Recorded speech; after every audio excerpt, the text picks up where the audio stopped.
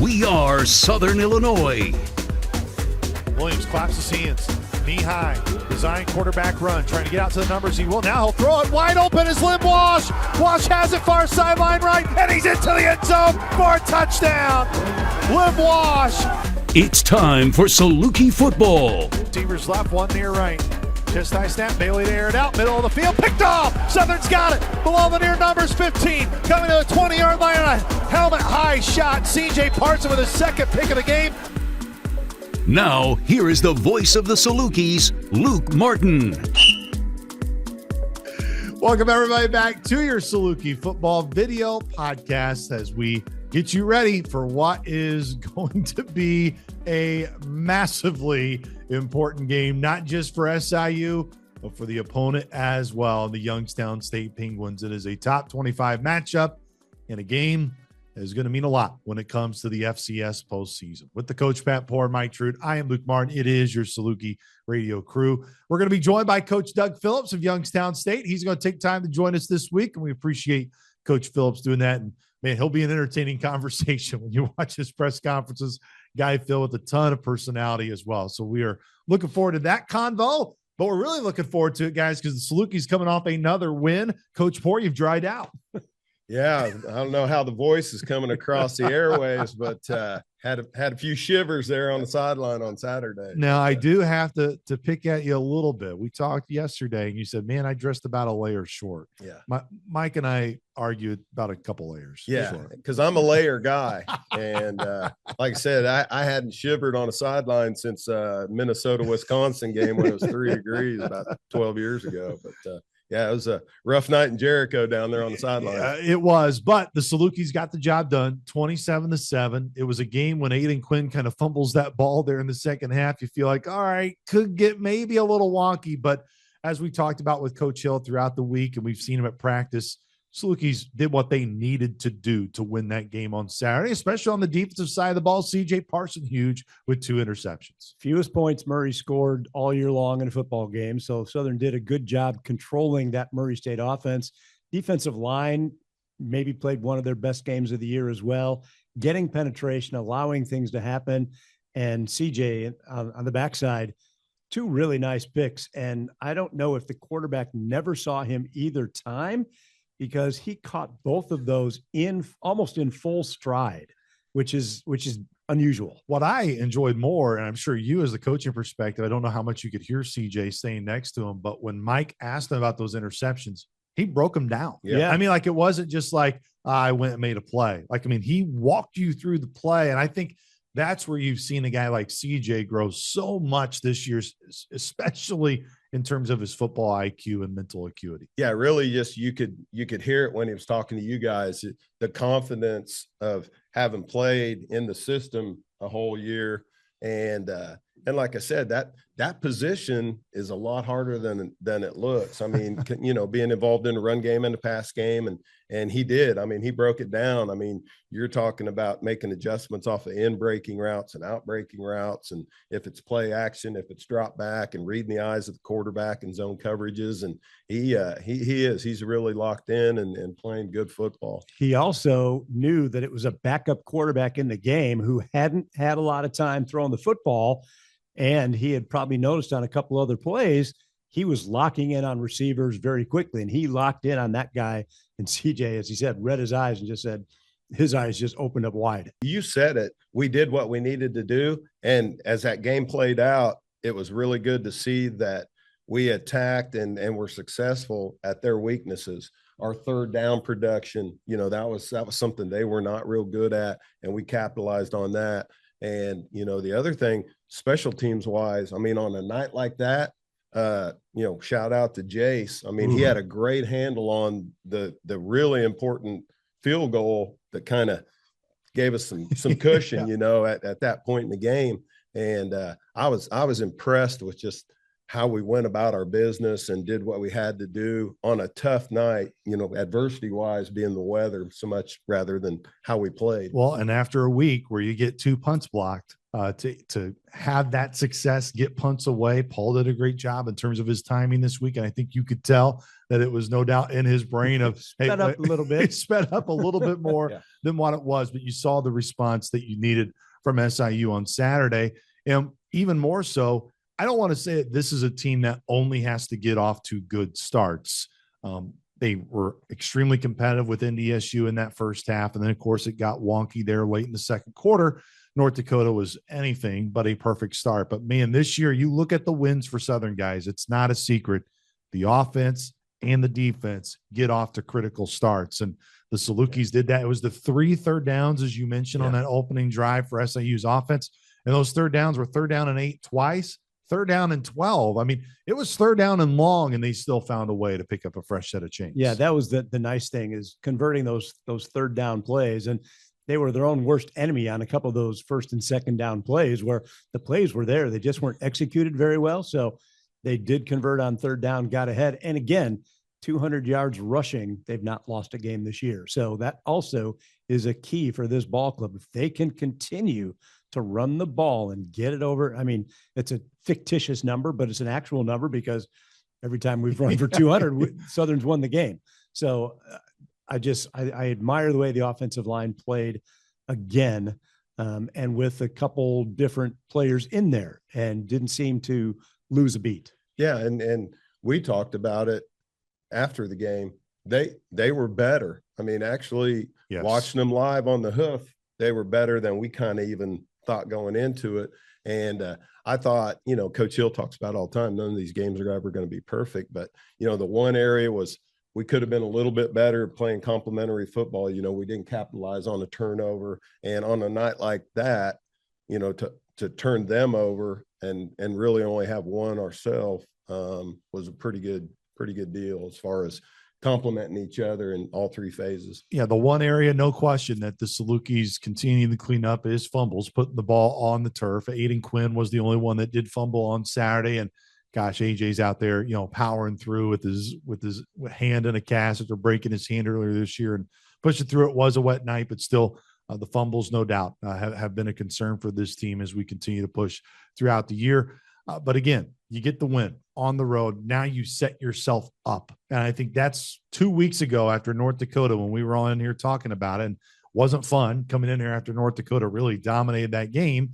And it wasn't that all of us were saying you need to win out, but what we did know, you got to win those next 2 games. Yes. And the Salukis did that. And now you can look at it and go, you talk about 3 massive games. And what's even better is you look throughout the league, and especially after what happened last week with Indiana State going on the road and beating SDSU and Brookings, you had South Dakota beating North Dakota in Vermilion, South Dakota in the Dakota Dome. You look at the games this weekend, guys. I mean, we're going to be watching those other games too, because, they are all meaningful in their own way. I mean, that's what makes it neat. There's probably, some people have had as many as 6 teams in the playoffs. So that means we know 3 are guaranteed. And that's obviously, well, I shouldn't say that anymore with South Dakota State. Depending on how their year goes. Yeah, depending on how the rest of their year goes. But the teams that are in contention for those last probably 3 or 4 bids amongst the 24 are all playing each other in the next few weeks. So it's going to be really interesting to see how that plays out and how the committee views the Valley as a whole, which we know that the Valley is the number 1 conference and everybody looks at it that way. But when you lose and who you lose to make differences down the stretch, especially late in the year. Yeah, me, my mind works a little differently than really most people. We never, never knew. Having played the racers, I was kind of equating it to a horse race. We're at that 3/4 pole, and we're in pretty good position and jockeying for going down the stretch. And these are big games this week, next week, the final one. But we're in good position, and now we just got to get a good ride and finish it. Well, and how many teams too, to piggyback off of what you're saying, Coach Poor, is there's a lot of teams that are like, well, if we win out, you need still X, Y, and Z to happen. Salukis are not in that position. No, and I think that really describes what you said. And Youngstown's the same way. If they win on Saturday and win out as well, they host Indiana State and then go to Northern Iowa to end the year. They're the same thing. They're going to that selection show at the end of the year and not going to have any worries. There aren't a lot of leagues where you are in that position where you can just say, hey, just take care of your business and you're going to be okay. Yeah. Controlling your own destiny is all you can ask for. And even 2 weeks ago, Southern was in that position. Yes. After those 2 losses, but they knew that this league down the stretch with everybody playing each other, you couldn't really afford to lose any of the last 2 games that Southern did win. And those were games that people look at and go, well, you don't win that, then, that's another bad loss. Yes. So that couldn't happen. So now you've set yourself up. And this Saturday in particular, it's a must-win game for Youngstown. They cannot lose this game. They pretty much have to win out. Where Southern, there's still some thought that one loss won't kill them depending on who it's against and when it comes. Yeah, but the thing about that, and you guys know me, I still go back to it's about us and that mindset of being able to just focus on this game and go into that game. And you guys have said it.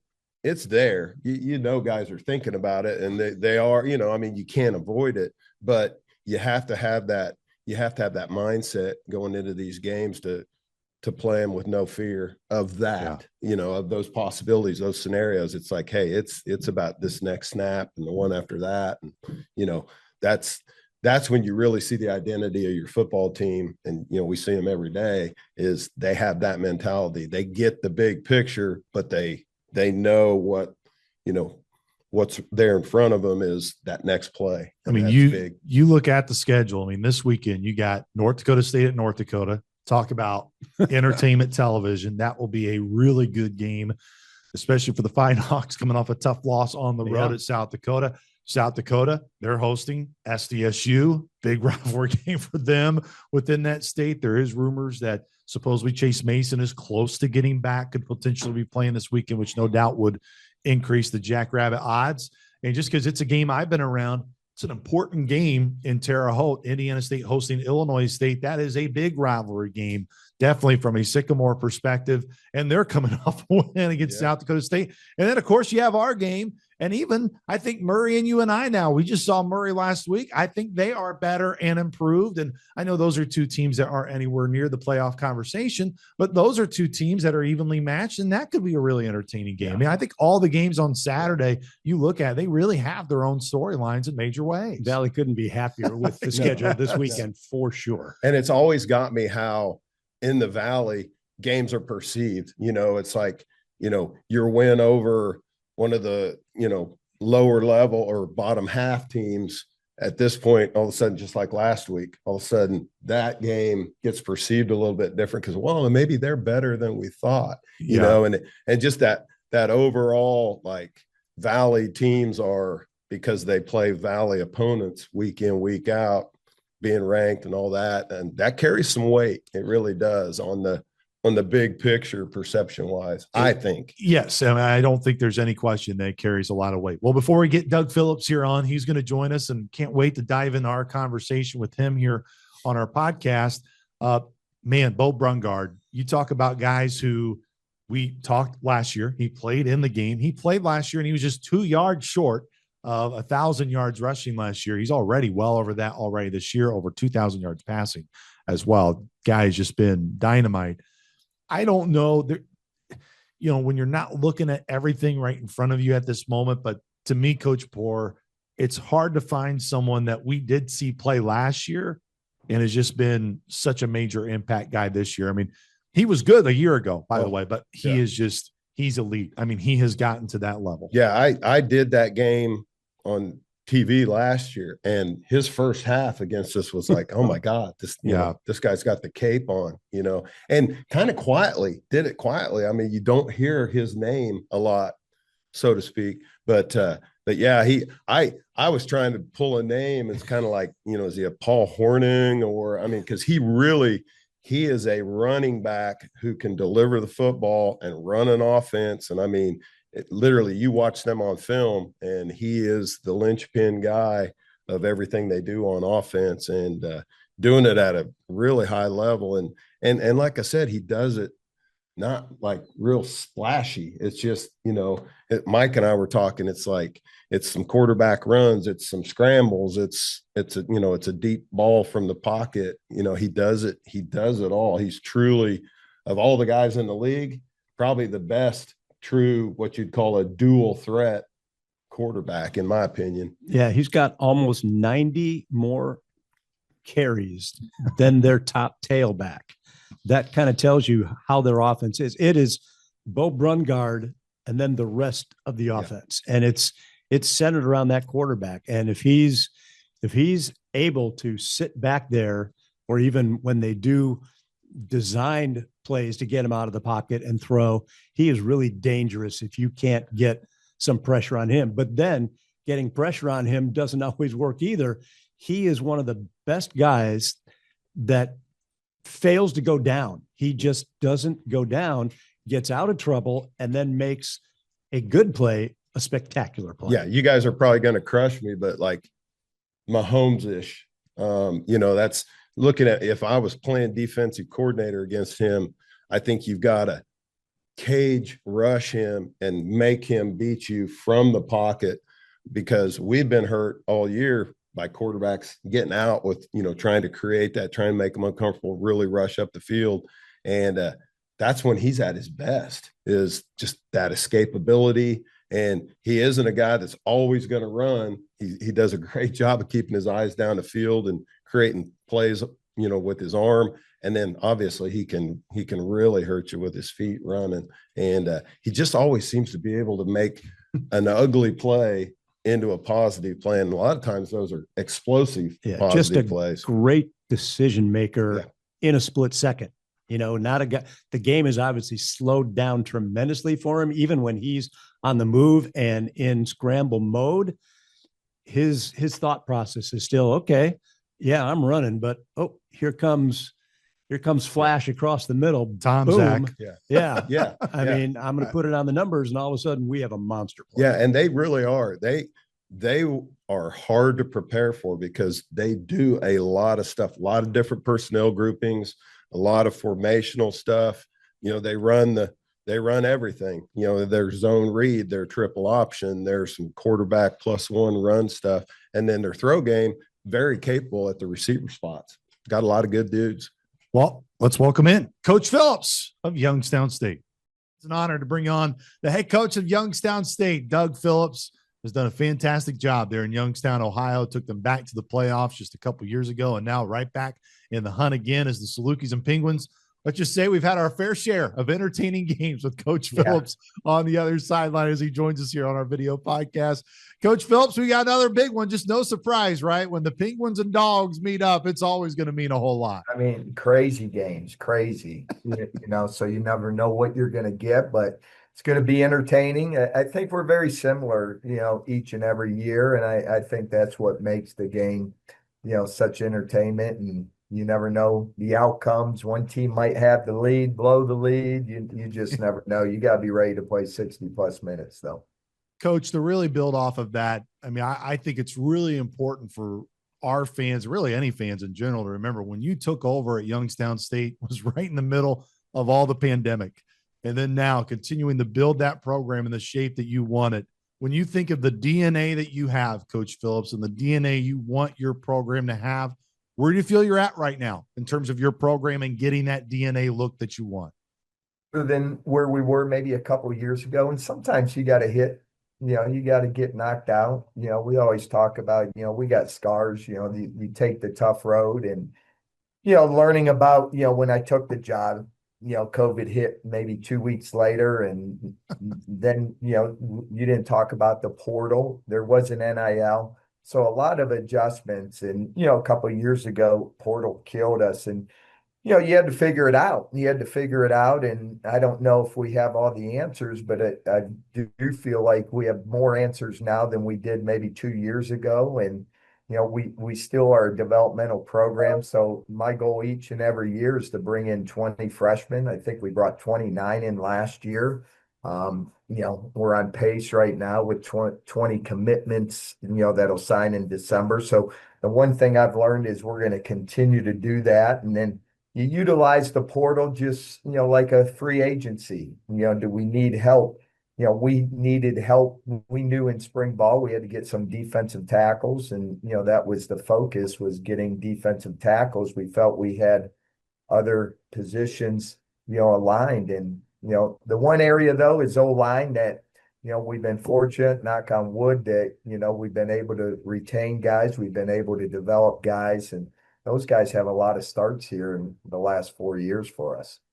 Has that been somewhat of an adjustment for you? You've been doing this a long time, but with the portal and NIL and all that coming in, your experience, you're a transformational guy as opposed to a transactional guy. And especially at our levels here, has that been something that you've had to really work at, maybe change a little bit of your philosophy, or have you been able to just stand in your boots and go, hey, this is who I am, who we want to be, and because it's scary, because we all know it, you do a good job of that, and all of a sudden those kids aren't there after you bought into them. Yeah. And the one thing I've tried to really sit back and say, focus on the things you can control. Okay. We get them developed and they become really good. I really can't control, their families probably have more influence on them, whether they go. But the one thing I can control is making sure that I'm always ready to make sure I have someone to replace someone I've lost. And maybe 2 years ago, we lost a lot of defensive players right after a playoff run, and we weren't ready. We weren't ready to replace them. Then all of a sudden, you're living in the portal, bringing in guys. And I said, I'll never let that happen again. So I think you got to be more transformational. And our job is to make sure that we bring in layers, freshmen, sophomores, juniors. And if you lose someone after you develop them and they go elsewhere, I need to make sure that in our system here that we have someone in place to replace that young man. So if I lose an offensive tackle, I better have a tackle that I'm repping, that will jump in and fill him. I think that's the biggest thing we've learned. And, we got a lot of young guys. I mean, we travel. Gosh, I look at the young guys that we travel, young guys that are on our special teams, young guys that are playing. And I think at our level that you got to continue to do that, because you don't want to live in the portal to find, 5 starters every year. I just don't think you can be very successful over a long period of time. You might hit a great group, this year, we had to find a lot of defensive players, and we went back to what works for us. What works for us is Division II players. What works for us is other FCS players. What works for us is geographically, regionally. Those guys having ties maybe to Cleveland, went to high school in Cleveland, Pittsburgh. We try to stick to those things when we do have to go in the portal. Yeah, flowers to you. It seems like your formula that you're working there, at least in my opinion, you still think of Youngstown State from a program stance, as opposed to in this day and age, it's a team. You're building a team each year. You've maintained that program ability. Yeah, and I think you need to continue to do that. I think that can help maybe separate you from maybe some other programs. We haven't seen the success. I mean, reality is, and I tell the kids, reality is, I think we're playing great football, but we're 5-4. We're 2-3 in the Missouri Valley. So, we're fighting. I mean, we're biting, we're scratching, to really break through. And, we've learned, we've grown. I mean, where we were 5 weeks ago to where we are now, just, it might not be in football, but more our guys, when I see their eyes on the sidelines in the locker room, belief, those areas I've seen tremendous growth, and we got to keep growing, and, we got to keep working. We teach them, don't look at the results, but, look at what got you maybe a positive result, look at what maybe got you the wrong result. And then we got to learn from it, and we got to make sure we're better the next week. And that's a constant each and every week. We watched your game last week. I mean, as it was happening, because we were obviously very interested in it. And knowing from Southern's experience just a few weeks earlier, having the ball, having a chance to go into halftime with a lead, and then comes the turnover and they march right down the field. And all of a sudden Southern's behind at halftime instead of ahead at halftime. And it all changed from there. Your final 4 minutes of that second quarter, woulda, coulda, shoulda.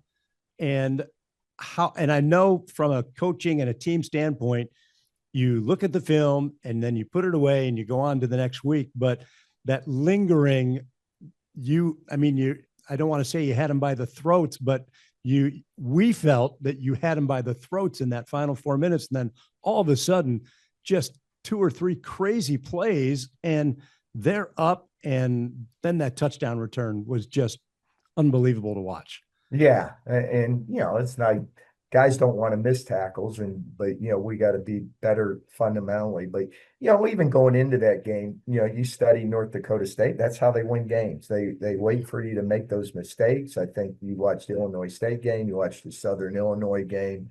You can even watch the Indiana State game there right before half. So going into the game, we said we got to win the battle of response. I mean, it's not always going to be perfect, but we got to respond.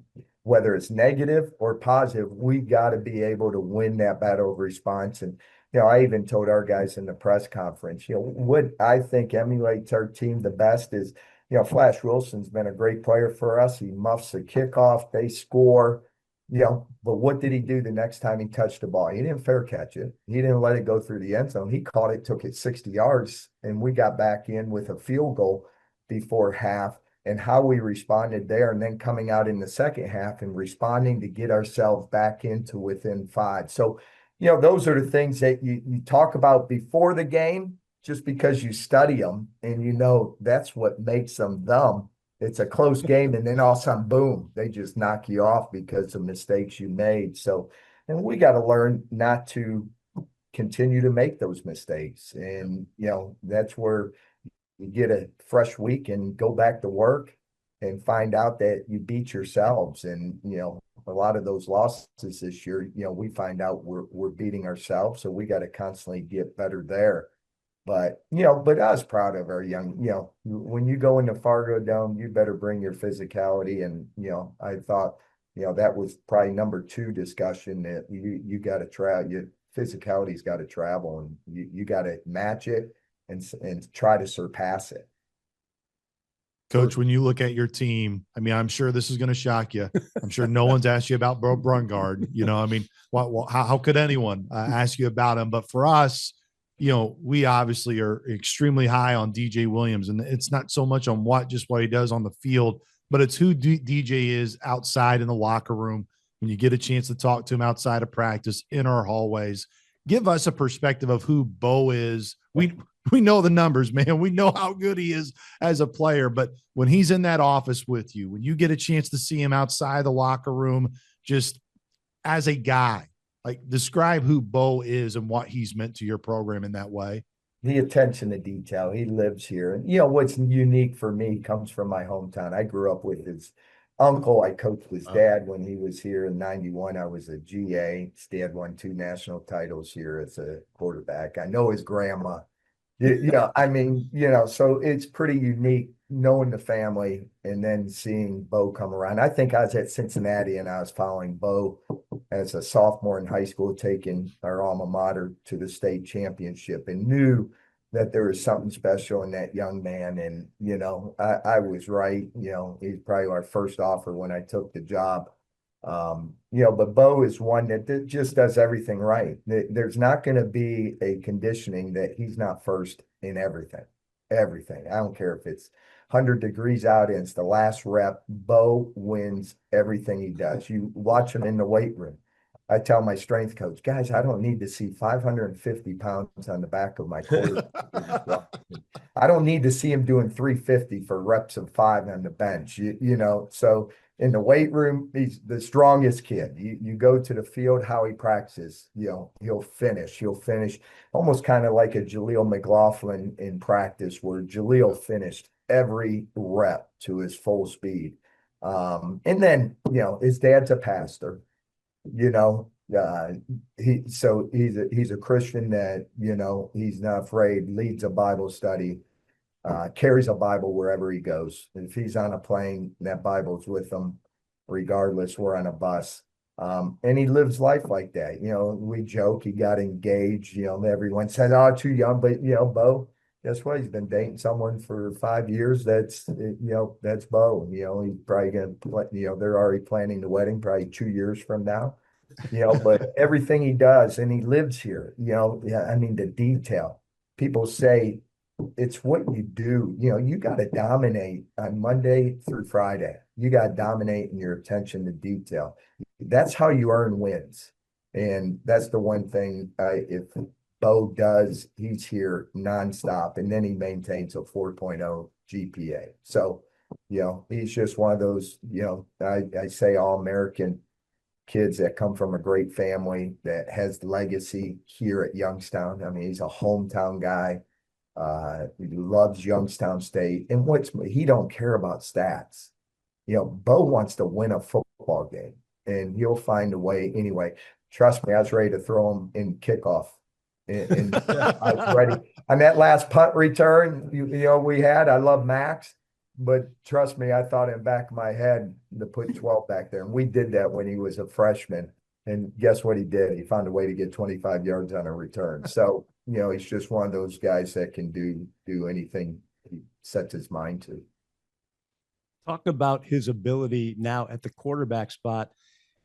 It's noticeable from his 2 years ago to last year to this year, how much the game has slowed down for him. Mm-hmm. And obviously he's got almost 90 more carries than your top tailback. He's over 2,000 yards passing. But when he's in those situations where now he's got to think on his feet, 2 years ago, he would have rushed something, rushed a run or rushed a pass. Now he'll even wait for a guy to almost get to him and try to get to him, but he's still looking downfield to see what play can I make. How have you seen the game slow down for him? Yeah, and I give credit, not only on his previous coach that he had getting him ready last year, but even, Coach Mike Yurcich coming in and sitting down. And you can't put too many, controls on Bo. There's going to be times you got to let him be the player he is. But, people don't realize he gets you in the right protection 90% of the time. If you see where our offensive line is sliding, guess what? He's the guy that sees that. He's the guy that even in the Fargo Dome is communicating to the offensive line, where his protection should be set. Next is, understanding coverage, understanding where to go, understanding progression. He's still in the stage, I think, as a quarterback in the pocket, that a lot of time naturally wants to get out of the pocket. But even like last week, looking at film, the next step, Bo, you want to be really, really good as a quarterback. If the offensive line is giving you that pocket, there's open receivers downfield that if you step up in that pocket and you deliver the ball, we're going to get, more completions. But again, there's sometimes he gets out of that pocket and he creates so much, but he really wants to be the true quarterback. And I think he's making those gains in every area. I see him getting better each and every week. And, it's fun. It's really fun to watch. I think as coaches, our job is make sure our kids can succeed on Saturday, and to see the preparation that goes in, the work that goes in for someone to have success on Saturday. It's really enjoyable to watch. Yeah, all those things you talked about, it's cool to hear you say that because it pops on film. I talked to these guys, your offense is very versatile. He's doing a lot of stuff. You can see him on there setting protections. You can see him getting in the right place, hand signaling some things versus man, all those kind of things. But with all that being said, as good as he is as a runner and a thrower, like for you, just being able to have that trust and that connection that like he's gonna get the play made at the right times. And have that relationship you have with him? I mean, is that is that something that has gotten better and better and better? Or is it just, I mean, you've known him for a long time. It's just like, hey, he's our guy. Like, that's my guy. We feel so good when the ball's in his hands, and you look at our fourth down, we've probably gone for it more than most teams in the country on fourth down. Now it's got to be manageable. I'm not just going to go on 4th and 7, but if we're 4th and 4, we've worked on it, and whether it's zero blitz coming at you, we got answers. Whether drop 8, we got answers, and you feel comfortable.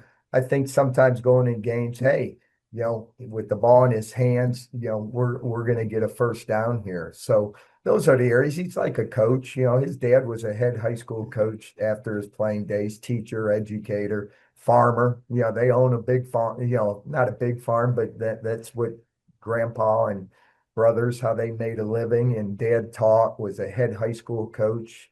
And so, I just think the pedigree that he brings is just like having a coach that's on the field, getting everyone lined up. And then you got to make sure you're snapping the ball time clock. People don't realize how much goes into each and every play. And, sometimes you got to sit back and just really enjoy that. Yeah. Coach, I've been a part of the league since 2016, and I feel like Max Tomczak has been in the league longer than I have.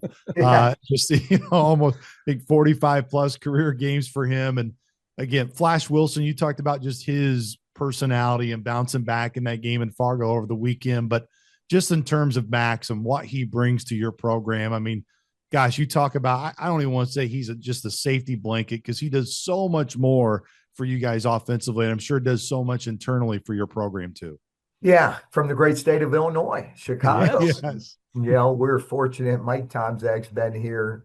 I call him my coach whisperer.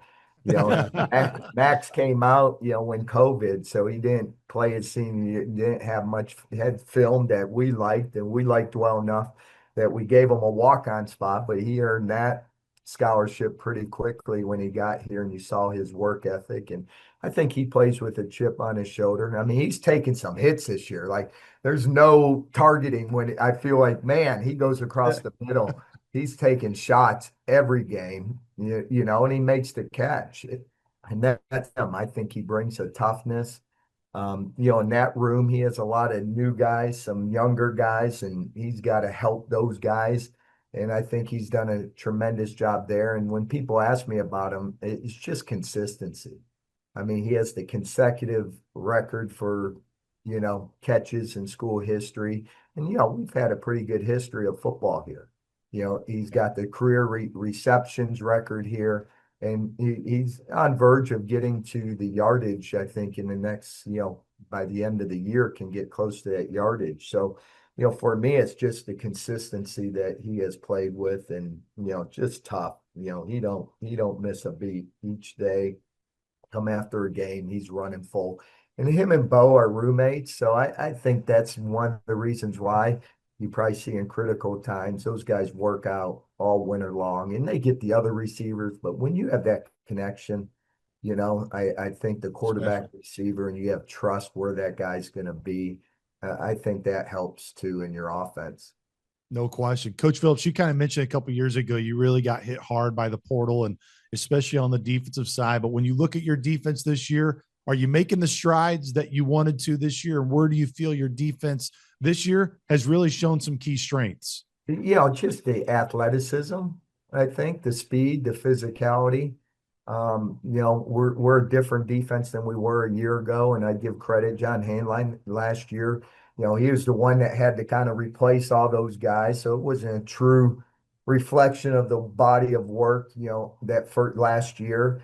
And having the opportunity to get into spring ball, evaluate what our needs were, moving personnel, how do you put your best 11 on the field? And, we really have, if there's one attrition, we probably have 12 guys that have been out on defense. So, we've been plugging in the next guy. And, the guys that really have helped, they've been here for a while now, is, number 3, Mike Wells, was a linebacker. We kind of found a role for him as a defensive end slash, linebacker. Karsten Marshall, number 5, Preston Zandier. And then we needed to, look at safeties, and Dathan Hickey didn't play last year because, We brought him from Yale, and then he tore his knee. So to see him, Dane Hodge was, a walk-on who earned the scholarship at Tulsa, but what a great pickup. I mean, he's so active, doesn't come off the field for us, and is a great leader in that back end of our defense. Mekhi Shaheed's been here. This is his third year playing, and, does a great job for us in coverage and tackling, and DJ Harris at corner. And then up front, we play a lot of different guys because you got to be ready for that attrition. So the guy that really popped out to me was Connor Johannesson. We brought him in and we had to develop him as a defensive tackle. And in the spring, it probably didn't look as good. And I think he's playing better and better and better as we go along. And you put a big guy like Cam Cunningham next to him, a 340-pounder. So we're always, and then, we got some freshmen that jump in and play too. Mike Wright, it's a true freshman that, we'll see action. And then AJ Agaya. I mean, we roll a lot of guys on that defensive line, and they understand their role, and their role is to make sure those gaps get filled. Coach Phillips, before we let you go, because we know your time is definitely busy throughout the week, it's always our favorite question that we enjoy, especially when we know we're hitting the road. So pressure's on. Our head coaches this year have given us some great recommendations. So don't ask me about food. Because I could give you 10. Where can we go play bocce ball? You got to always play bocce right over at that Italian restaurant. I mean, you guys got to, if you want bocce, you got to go MVR because it's, right down the holler. It's probably a quarter mile from here. It's right on campus. And they got indoor bocce courts. Yep. They got Italian food. You can't go wrong. Then they got a wall of all the famous coaches that have eaten. And MVR stands for Mahoning Valley Restaurant. And then Coach Zordich, his son, Coach Mike Zordich, who's coaching, I'm thankful he's back. He's a Youngstown legend, Cheney, Philadelphia Eagles, Penn State. His son opened a restaurant right across in a house from MVR called Yosteria, where he makes his own wine. Food is delicious. So MVR. And then if you get Yosteria is tough because you probably need reservations. MVR, you don't. But if you want bocce, what if we drop your name? Huh? What if we drop your name? I don't know if I walk in there without a reservation. Now, Mike, because his son owns it and runs it, probably can get a seat. But my old buddy Alvy, the equipment guy, was the one who used to steer us to places to eat.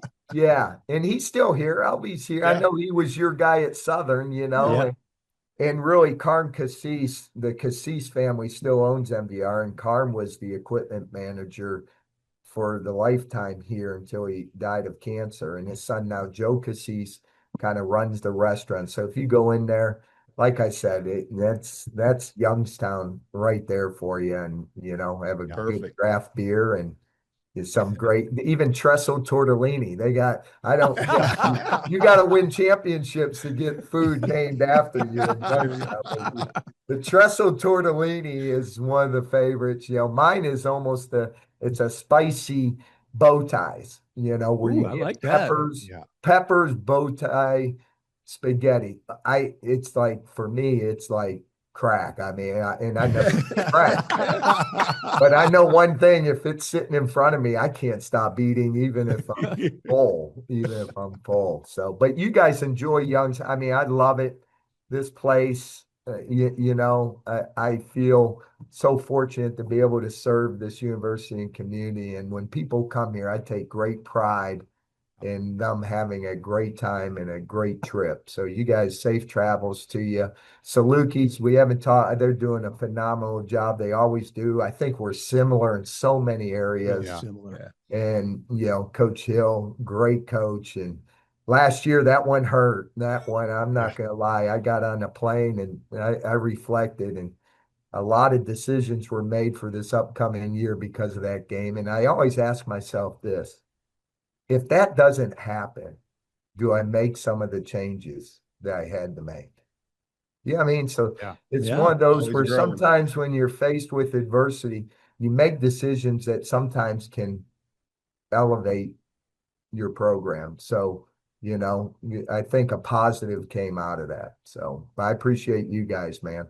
Well, and we want to make sure we say this too, Coach, before we let you go. It's, as we all know, right? Fan bases, everyone involved want to see their team win. But what's so great about when coaches like you take the time to do this, and not every coach does, and that's why we are even more appreciative to do it, is you guys are human beings, man. You're just like us. I know Coach Hill thinks the world of you, first class in so many ways. I know that respect goes vice versa. So, Coach Phillips, thank you for taking time to talk to us. I know our fans really enjoyed to hear from you. And I don't know if you guys know this now. I started late in life. So I got a 2-year-old at home. Whoa. Oh, wow. Okay. Wow. 2.5. You want to talk when the work is when you get home. It's like, oh, and I know Nick has his, and Nick and him he's got 3, he has 3, right? Yes, three girls. 3 daughters. Yeah, I tell my wife, my wife is a high school principal. I say one. It's the only child I've ever had, 2.5 years old. I love him. He's in the locker room with us after games. But again, sometimes you wait till you grow up in life before you enjoy some of those things. So You've that's got awesome. better times ahead. I'm telling you that you will love it. Yeah, I appreciate it. Hey, you guys, great talking to you. Thanks, Coach. Thanks, really Coach. do appreciate it. Yep. Well, awesome conversation with Coach Doug Phillips for Youngstown State. And we do, and we said it to him at the very end, really appreciate his time.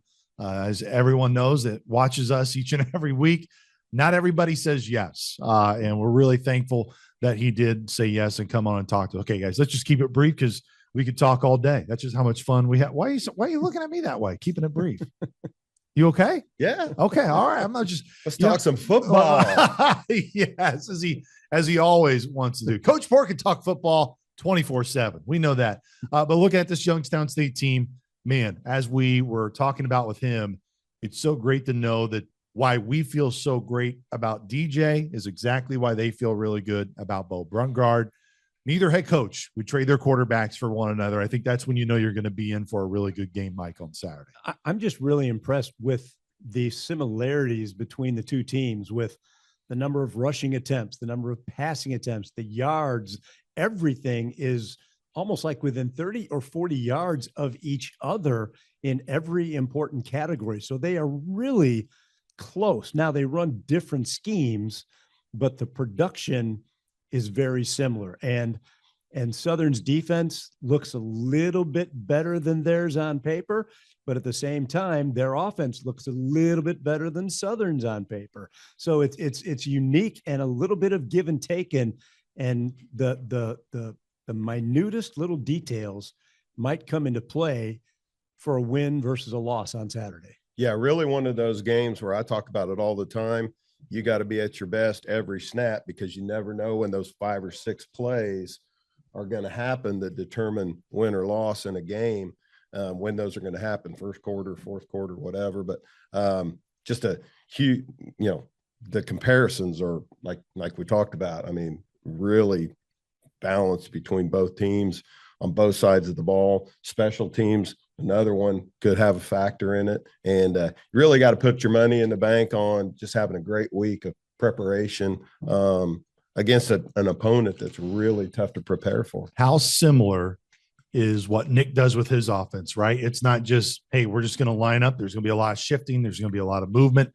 How would you describe the similarities between what Youngstown does and what Southern does, but also the differences too? Like, how is Youngstown maybe a little bit different of a versatile offense where Southern is also versatile too, Coach Paul? I think some of it is having that ability to all those shifts and movements, and isn't just eye candy. It's a way and a means to having balance in terms of throwing the ball, running the ball, targeting different players at different positions. And both Nick and their coordinator, head coach, do a great job of taking what the defense is given and going into it with a plan of, hey, I think that we can make some plays, we can make some hay doing this or that based on what they're doing defensively. And same thing from a defensive standpoint, you're looking at trying to stop their offenses, and you got to play great base defense and put them in bad situations. Yeah, and that's not easy to do. No, and I think the onus is more so on Brungard to be their offense. I don't mean he has to be the whole offense, but if you take Brungard out of his game, even enough to alter what they do offensively, DJ doesn't have to play his best game to win this game. I think Brungard has showed, and their record has showed, they're 5-4. They're 2-3 in the league. When Brungard plays phenomenally well, they're going to be in every single game. They don't have that what happens if, because when it does happen, they have not been that good, and they've lost 3 conference games. Now they've lost them to the 3 of the top 4 teams in the league right now in that case. But at the same time, DJ cannot have a horrible game and Southern may win the game. Southern has a lot of other weapons that I don't know that Youngstown has shown, besides Brungard and him distributing or doing, has that ability. Alluding to what Mike's talking about, it's really lining up to be one of those games where if you can steal those possessions, get Brungard a little bit off rhythm, whatever, and maybe a 3 and out or a forced turnover, whatever. But stealing those possessions to give yourself offensively more opportunities could be a big factor in that ball game. Well, and as Coach Phillips said, they're in a position where, as we have described, they have to win out to get themselves into the postseason, to know they don't have any sweating to do. They're going to be really uncomfortable if they don't do that. But then the other factor, which he said, and again, it's one of those when we get into these interview sessions, I mean, we know how last year's game went. It's kind of one of those where you don't want to make that an overdone talking point, because it was what it was. Southern came back from a 28-point deficit to win that game. But as Coach Phillips said, he had to make some changes, in terms of how his program, whatever the way it was structured. Not only it's a must-win game for Youngstown State, but you also know, I think they're talking about that game quite a bit this week, and they're going to be ready to roll come Saturday in Youngstown, Ohio. Yeah, Southern did it with a true freshman quarterback. Yes. And I think that's what he probably kept looking back on, was how did we let a guy who's playing in his 3rd or 2nd game of the season do that to this team in one half, or coming back from that deficit to guide them to the victory when they had everything rolling in that game. So I'm sure that's what really weighed on his mind for that long time before those decisions and were made. Some of that too could have been just decisions in situations also, because I'm glad you brought that up, because we were in think about the situation we were in when we did come back and win that game from a overall program standpoint with the injuries and all of that. And winning at Youngstown has been really, really hard for SIU. And you look at in Coach Hill's tenure here, believe the only time where the Salukis have won was in the spring season, which was in the spring of 21 at Youngstown. But also, there have been a lot of close games. Last time we were there, it was not really that close. Now, the score got out of whack late because the Salukis went for it on 4th down in their own territory a couple times, and that made the score get a little bit more out of whack. But it was also a game that Youngstown really controlled from the start. I mean, you got the Youngstown side of it, and then you got the Southern side of it, where they're in that feeling of, we got to win this game too, and it's at a place that it's been hard to win at. Yeah, the wind's going to blow, so somebody's going to have an advantage virtually, every quarter. Could you switch quarters? But or switch at the halves. But yeah, it's a tough place to play for visiting teams. They've been getting good crowds this year. Now we're in November. It's supposed to be a decent day, no rain right now. Yep. So we'll see. But Southern just has to come in again with that attitude of, as Pat said, let's win this play. Let's win this quarter. Let's win each series and get away 1-0 this weekend. And I know we can look at the broader picture, but that mentality has to be for that team. This is a team that we have to win every play and do the best to our ability and escape Youngstown with victory, because no victory there is easy, and it's unlikely that Youngstown's going to get blown out at home. Yes, and I think there are a lot of people will be surprised if there's any sort of that type of result with these two well-balanced teams. And two teams that are no doubt fighting for their playoff lives this weekend in Youngstown, Ohio. We hope you join us on Saturday for our radio broadcast. It will be a 1:00 kick. Are you just in anticipation? Is that what you're doing? Or are you still cold? He's still cold. I want to get wheels up, get on that plane, man. I know. I was like, man, Coach Forrest, we heard that a lot at Murray State over the weekend. But again, kickoff will be at 1:00, which means our pregame radio coverage will begin right at noon. I'll take you in to kick off on Saturday. Again, big thanks to Doug Phillips for taking time to join us. For Mike True, Coach Pat Poore, I am Luke Martin. We say so long, Saluki Nation. Let's have fun on Saturday in Youngstown, Ohio. Go Dogs. This has been Saluki Royalty, the official podcast for Saluki Athletics. Don't forget to subscribe, rate, and review however you listen. The preceding has been a Learfield presentation on the Saluki Sports Network.